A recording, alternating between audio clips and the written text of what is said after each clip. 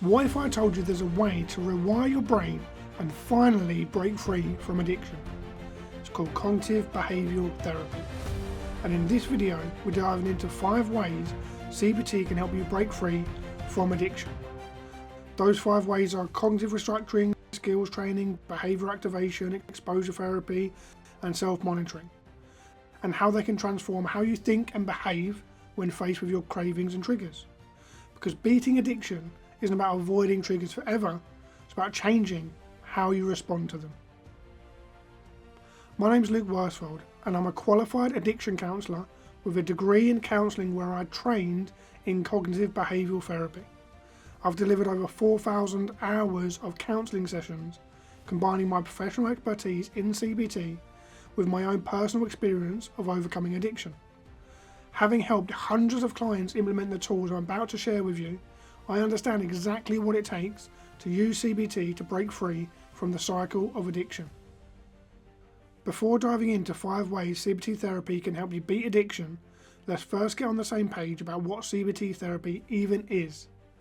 Now, cognitive behavioural therapy, CBT as it's known, is a proven and effective type of therapy that helps people understand and change negative patterns of thinking and behaviour. Now, this therapeutic approach combines cognitive therapy, which focuses on identifying and changing negative thought patterns, and behavioural therapy, which emphasises changing maladaptive behaviours. And when it comes to addiction, CBT therapy offers a unique perspective. It recognises that addiction is not solely a result of a physical dependence on a substance, but also a complex web of psychological factors. And this is important because most clients I work with are in fact not physically dependent on drugs or alcohol, but are functioning professionals struggling with the psychological side of addiction. And by addressing the underlying cognitive behavioural aspects of your addiction, CBT provides you with the tools and skills necessary to fundamentally change your thought patterns and behaviour that underlie your addiction.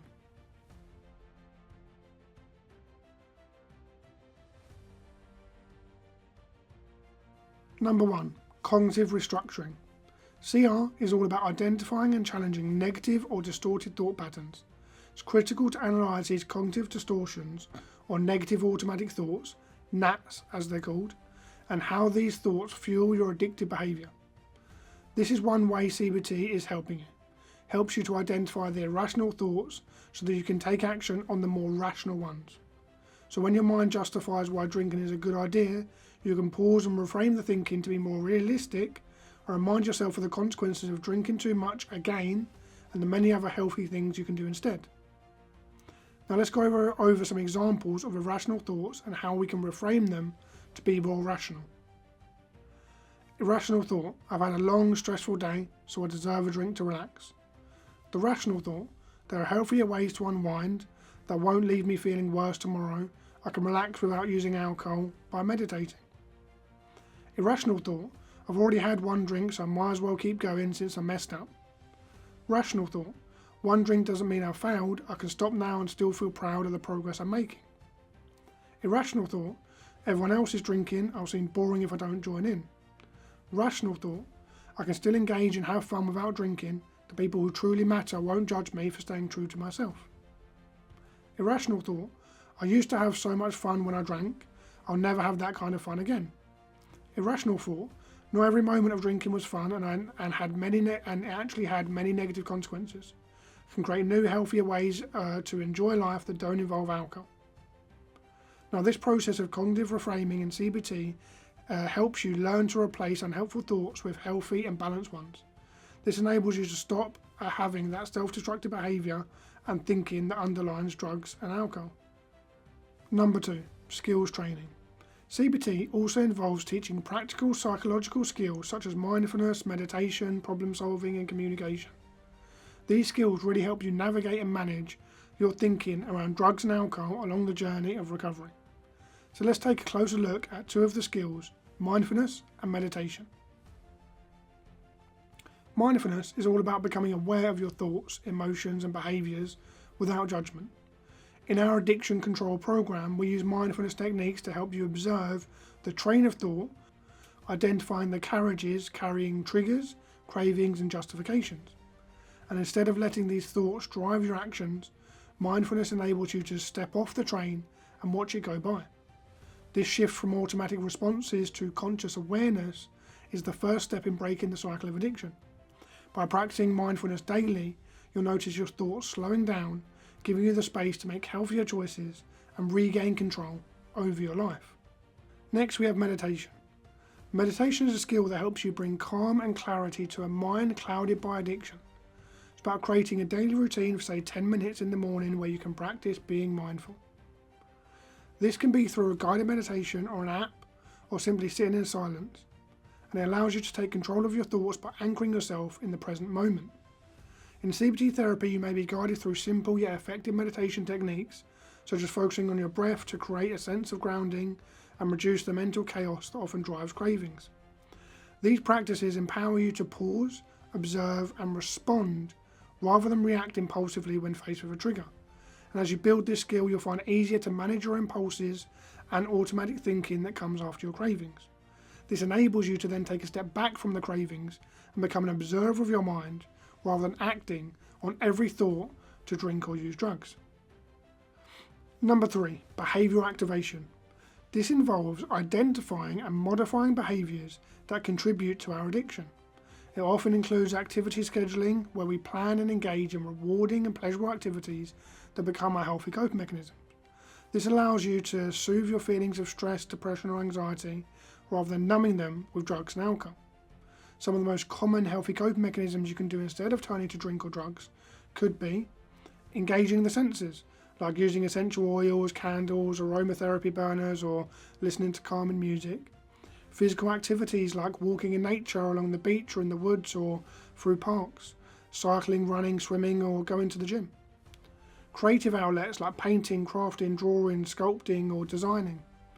And comforting routines like wearing cosy clothes or using a hot water bottle or enjoying low lighting while watching your favourite TV shows.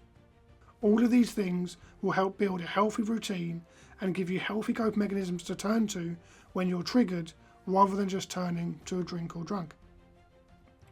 Number 4, exposure therapy. Now, exposure therapy is a powerful CBT technique that helps you gradually face social situations involving alcohol or drugs without giving in to cravings. It's about systematically building your resilience and confidence by starting small and increasing the challenges as you go. This controlled approach allows you to experience and navigate these situations without feeling overwhelmed. For instance, you might start by attending a low-stakes outing, like going for dinner with your partner, where alcohol is available but not the focus. And as you grow more comfortable, you can progress to spending more time with small groups of close friends at casual gatherings. Eventually, you can attend higher stakes events, such as weddings, birthday parties, where alcohol and drugs are more central, trusting in your ability to stay sober and get through those events without acting out. And by starting off in the lower stakes ones and working your way up to the higher stakes ones, it allows you to naturally build your confidence without feeling too overwhelmed and thereby exposing yourself more and more to the situations as you build your confidence. Number 5 is self-monitoring through journaling. Now, self-monitoring is a foundational CBT technique that involves tracking your thoughts, emotions and behaviours to identify patterns and triggers related to your addiction. Journaling provides a structured way to practice self-monitoring, allowing you to gain insights into your emotional and behavioural cycles. It's like holding up a mirror to your mind, helping you see what's really happening beneath the surface. In CBT, journaling can be introduced as a way to break the subconscious patterns that drive your addiction. So, for example, clients are encouraged to write about their thoughts and feelings before, during and after a triggering situation. Now, this process helps bring automatic responses to the conscious mind, allowing you to better understand and eventually change them. So let's say you notice that after a stressful day at work, you're more likely to feel cravings. So using a journal technique from the program and from CBT, you could write down before the trigger to describe your emotional state, such as you're feeling overwhelmed or frustration after a meeting. During the trigger, know your initial thoughts like I deserve a drink to unwind and how these thoughts influence your cravings. Then after the trigger, reflect on what happened next. Did you give in? Did you use one of your coping strategies like we're talking about in the video? And how do you feel afterwards?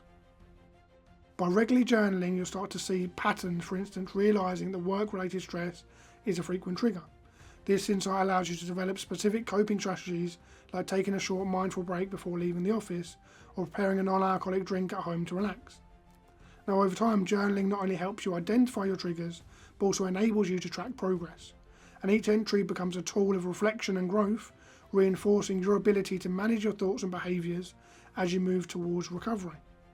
Now, let's take a moment to connect the dots between these CBT techniques.